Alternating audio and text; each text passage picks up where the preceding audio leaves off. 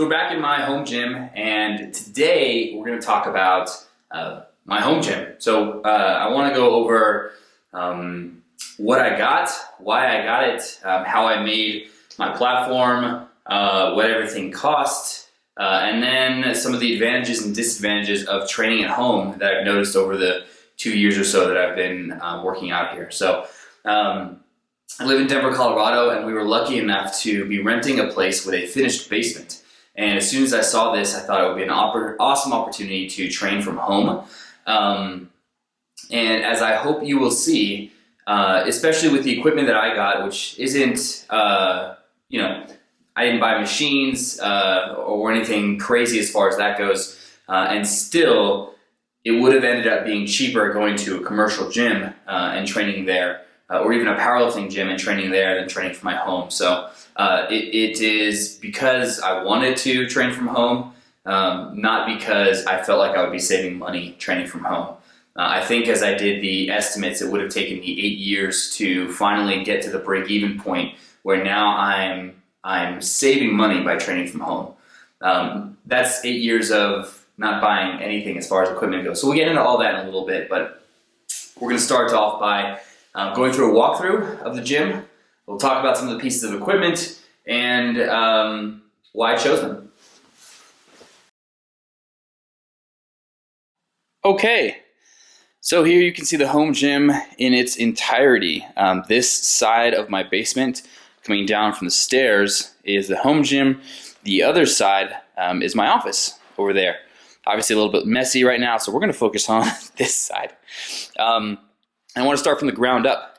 So specifically here, we're looking at these horse stall mats, which I got from Tractor Supply Company, and I believe I needed 6 of them or so. This one here is a half sheet that I cut to fit into the corner there. Outside of that, these sheets are 4 feet by 6 feet, and really I've made quite good use of them. They serve as the floor here.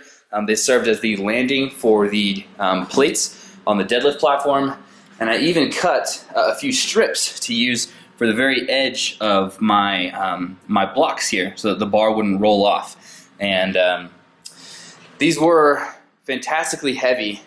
They're like 100 pounds each, so it's a pain in the ass. But if you go to Tractor Supply Co., you can find one in your area. They were really the best deal when it comes to finding thick rubber flooring for my gym.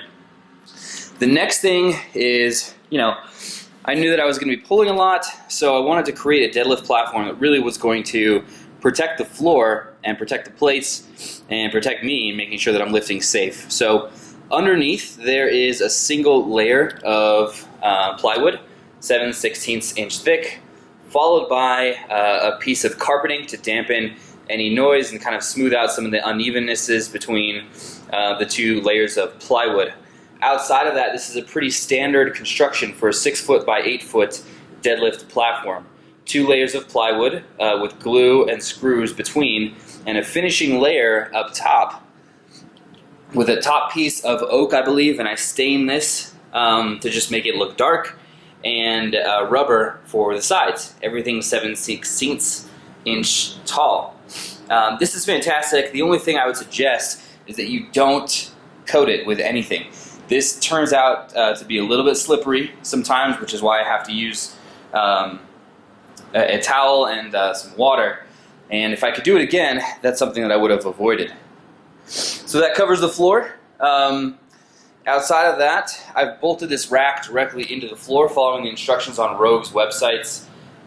They give you concrete screws, and you just go to Home Depot and you rent an impact wrench and I think a hammer drill for a half day, and the 2 of those was enough to do the trick. I'm very happy that I bolted this down. I feel extremely secure unracking this. If it's your own house, go for it. But if you're renting or something like that, do make sure that you ask your landlords. This is the Rogue RML 490 squat rack. So it's a full rack. It is a thicker gauge steel, and I think the uprights are 3 inches by 3 inches. It's not the monster rack because the gauge is a little bit lower on these. And I like, especially with me training from home, I like the fact that there are full safeties, and I don't have to worry about dropping the bar and crushing myself on bench press or squat. This is something that Sarah and I made sure that we were going to do. In addition, highly suggested that you get the sandwich cups instead of the normal J cups. These are slightly thinner, and because the rack is a little bit thicker, you get a little bit more distance here when it comes to unracking your barbell. So these are really nice. This is a plastic material kind of over the surface of here. And these really have ended up being very durable so far. I think they can even sell these plastic inserts if you somehow get through this one. But fantastic investment. I think Hanny was the one that gave me the original recommendation to get those, so very happy that I went with those. All right. So let's stay on the theme of the rack and talk about just a few more things. The rack itself came with 4 sets of these pins. These are for band pegs. But I've been using them as change plate holders, and they work perfectly for that. So when I need them for band pegs, I'll just take the plates off, put them on the floor, and use the band pegs, which is not that often, but they end up being very useful. In addition, I got 1 pair of channel holders for the big plates, because I had a feeling that we were going to need something a little bit more sturdy there. So this is where I keep the 45s, and that thing is bolted in by 2 pretty decent sized bolts, fully loaded with 45s, and I haven't seen any bending, so very, very happy those have kind of stood the test of time as far as that goes. To the barbell. This is the Rogue, let's get it out here. This is the Rogue Ohio Power Bar, just a fantastic choice. IPF spec, this is the 45-pound version. And I'm just really, really happy with this choice as far as a barbell. I waited for this one to come out so I can get it. You can't beat this bar for the price. It's got a nice long collar. I wish sometimes this was a little bit thinner, but that's really just a very tiny point. The knurling here is aggressive. Your hands will really stick to it. Powerlifting rings, center knurl. It's stiff. It's just a fantastic barbell, and I use it for all 3 lifts. So I very, very much like this bar. I think it was $290 or something like that. I'll put the price up here in just a minute. Finally, as far as the plates go, I got these from Plate Again Sports. These are Troy barbell plates, and I heard from a friend of mine that if you ask, you might be able to get a discount from Plate Again, who serves as a vendor for Troy. And so I did. I got 10% off when I got all of these, and the only thing I've ever done is gone back and got another 45 and another 10-pound plate, because I forgot that there's combinations of weight that you can't load if you don't have 2 pairs of 10s, like 355 for instance. So that's it on plates and barbell. Solid investments in those. Some slight chipping on the plates, but really nothing to be concerned about. Now, let's talk about this fantastic bench. So, I wanted to train as close as I could to competition specs. This is a Texas Strength Systems drop-in bench. So this is from their combo rack, and it's competition height, competition width, and all that good stuff, and it has these steps for liftoff. What I did was I asked them, number 1, if they could give me just the bench. Number 2, could I have it manufactured just a little bit longer so that I could just butt it right up against my rack? And that's exactly what I've done. So as you'll see, as I scoot this in, I've made it so that it's exactly the width here. So I can just kind of lean it against there.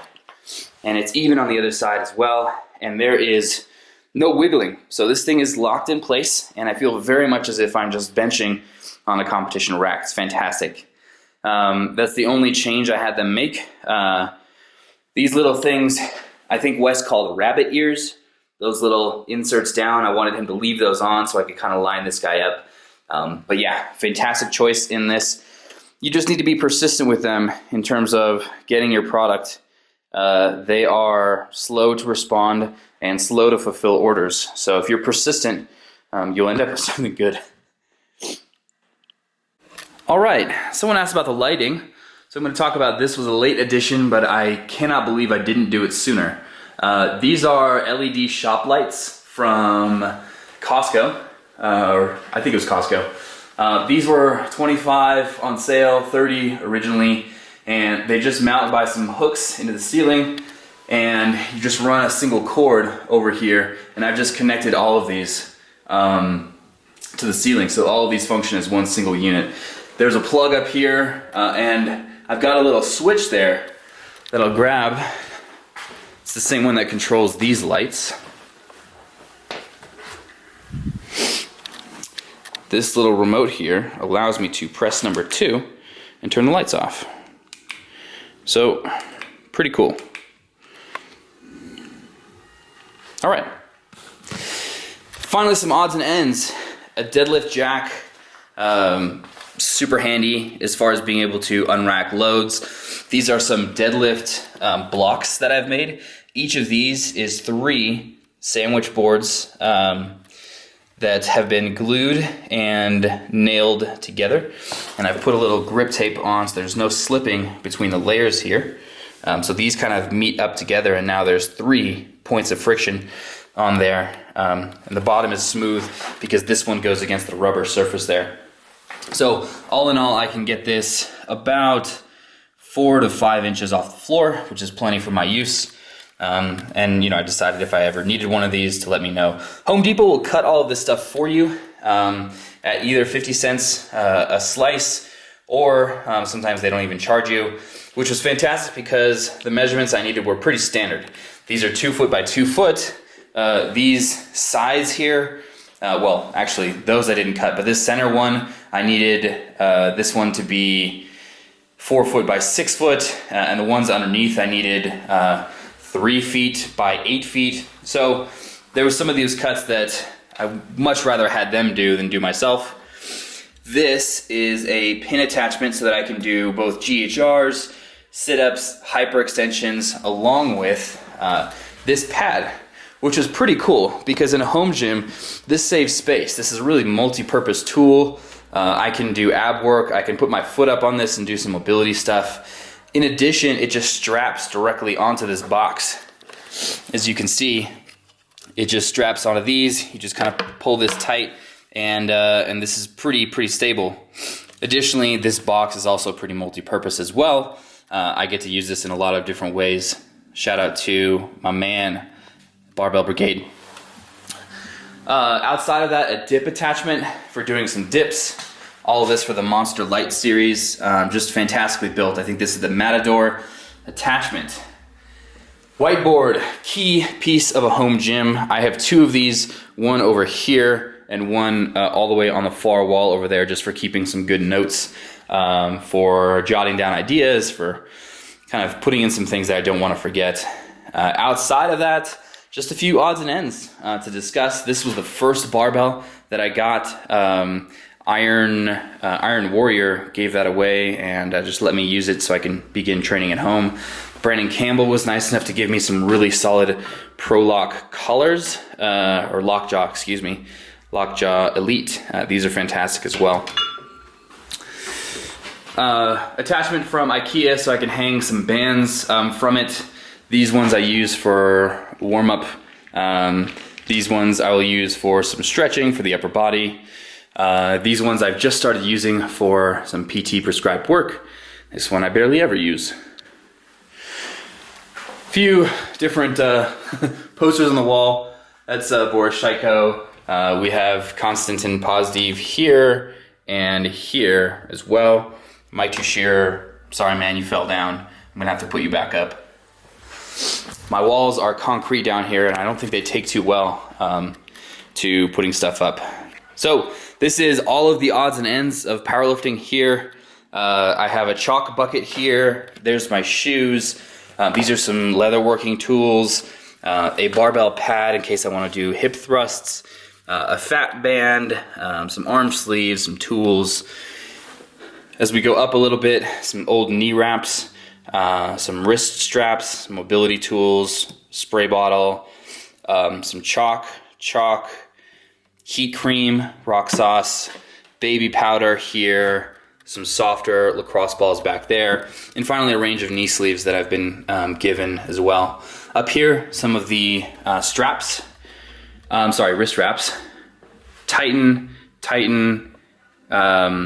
Slingshot, and SBD.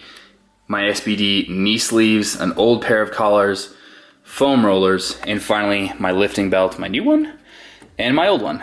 Finally, inside, a set of fractional microplates in case I want to be extra anal. But I think that about does it. Finally, the the heavy-ass foam roller slash steel cylinder from Chris Duffin. This thing weighs like 130 pounds. I haven't found a good use for it yet. It has this center groove for your spine so you don't get crushed to death. So I'm still playing around with that. That, I think, does it. I'll be listing up some prices, and I'll be talking in the next section about some of the advantages and disadvantages of training at home. I'm lucky enough to train in a basement down here, so I don't get any noise complaints even if I jam the music. So we'll get into all of that in just a minute. So let's talk about what it's like training in a home gym. I have most of the equipment that I need. For the random thing, I'll go to Rocky Mountain Lifting Club to do, for instance, some machine work, maybe some leg pressing. I joined a 24-hour fitness for a while, so I have access to a good leg press, some cables so I can do cable push downs. And finally, they had a great hot tub and a sauna, which was really nice to use. But outside of that, everything I need, I can access here at home. And any type of changes I need to make, I just tell Eric Helms that I don't have that piece of equipment, and he's happy to oblige and make a training change. As far as the experience of training at home, there are some fantastic benefits. I don't have a commute time to get to my gym. It's right here. So I can finish my work, I can go take my pre-workout, I can relax for a little bit, and then I can begin training right here. Also, I'm available if needed. My dogs are here, so when my wife is out working, I can be here to take care of my dogs and let them out to pee or whatever the case may be. That's a tiny point because they're good for 8 hours, but it's still important to notice that you're here at home in case anything needs you. Another fantastic positive, you have full control over everything. You can listen to loud-ass music if you want. You can listen to whatever kind of music you want. You can pace around. You can put up a chalkboard on the wall. You can repaint the wall a specific color. You can buy new equipment.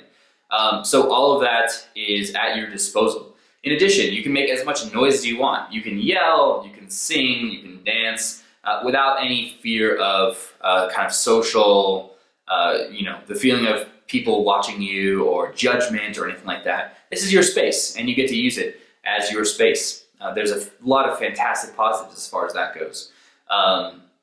I get to get in my zone. I have access to fantastic equipment. So yeah, there are a lot of positives to training at home. I can take my time, and again, I can leave whenever I want as well and just go back to work. One of the chief reasons why I started training at home was to reduce the amount of time dedicated to training per day. Between the half-hour drive to a gym, between the warm-up, between training and getting back home, it was taking me 3 hours to get through all of that. And now I can finish in about half that time on the high end. So it really does cut down on quite a lot of time. What are some downsides? It can be profoundly lonely training at home. And I know this is something that is probably individual. Some people can really thrive on being in a home environment and just having control over everything and not really have a need for social interaction. I definitely have a need for social interaction myself, and that has drained on me from time to time, just being isolated in my own training environment, which is why I make use of social media tools like Facebook live streams, Instagram live streams, and just texting friends and stuff like that while I'm training. So I get the feeling that I'm still with other people. That said, it's really no replacement for being in an environment where you see other people lifting, where you get to experience that and get to work with that. So if you train from home, if you're that kind of person, you need to balance that with the idea that you need to get out of your house every once in a while, go to a commercial gym, meet up with some friends, and just balance those two things so that you're not always in the same space by yourself. I've yet to master that, but it's definitely something to work towards, and I've had a lot of joy down here in my own space, but it can definitely be a little bit boring, a little bit off-putting at other times. Also, it's very easy to let distractions get to you. When you're at your home, if you hear the doorbell and you're training, you can answer it. You don't have to answer it, but you can answer it. And that kind of distraction, that this is not just a place to train, can mean that sometimes you can cut your workouts short, you can move stuff around, you can convince yourself, oh, I'll do my accessories later, I've got something to get back to, or you can kind of hear the ding of your email go off. So you kind of have to limit distractions and make sure that your training time is just your training time. That's a matter of creating priorities and kind of setting aside time. Make this a space that is just training and try to separate it from your other things as much as possible. I have mine close to the office because sometimes I like to swing my computer around and show some demos here in the gym in terms of videos. So that's the reason why I've got my office down here as well. But all in all, I really do try to keep this space as just a gym space. So I hope that's been informative. I'll put up some prices. I mentioned at the beginning that pricing, I think, well, I'll put up on the screen and I'll tally exactly what everything costs. But this was the kind of thing that was not cheap. I had some money saved so that I was able to use it for this, but ultimately this is not going to be something that you save money on. There are ways, however, to save money. You can buy used equipment, which there is plenty out there. You can find fantastic deals. You can still get good stuff. You don't have to buy a full rack. You can buy a half rack as well. You can buy used plates. You don't need to buy new plates. So there are a lot of ways to cut costs as well, and you can make it affordable. You just have to be willing to wait and find the right thing, or you have to be willing to settle and get something less than exactly what you wanted. So there are ways to save as far as that goes. Let me know if you have any questions. If you just Google or YouTube search for home deadlift platform, you'll find basically how I made this is exactly how I've seen from other tutorials, besides the fact that there's rubber on the sides. And I think that about does it. Thanks, guys. I will catch you on the next one.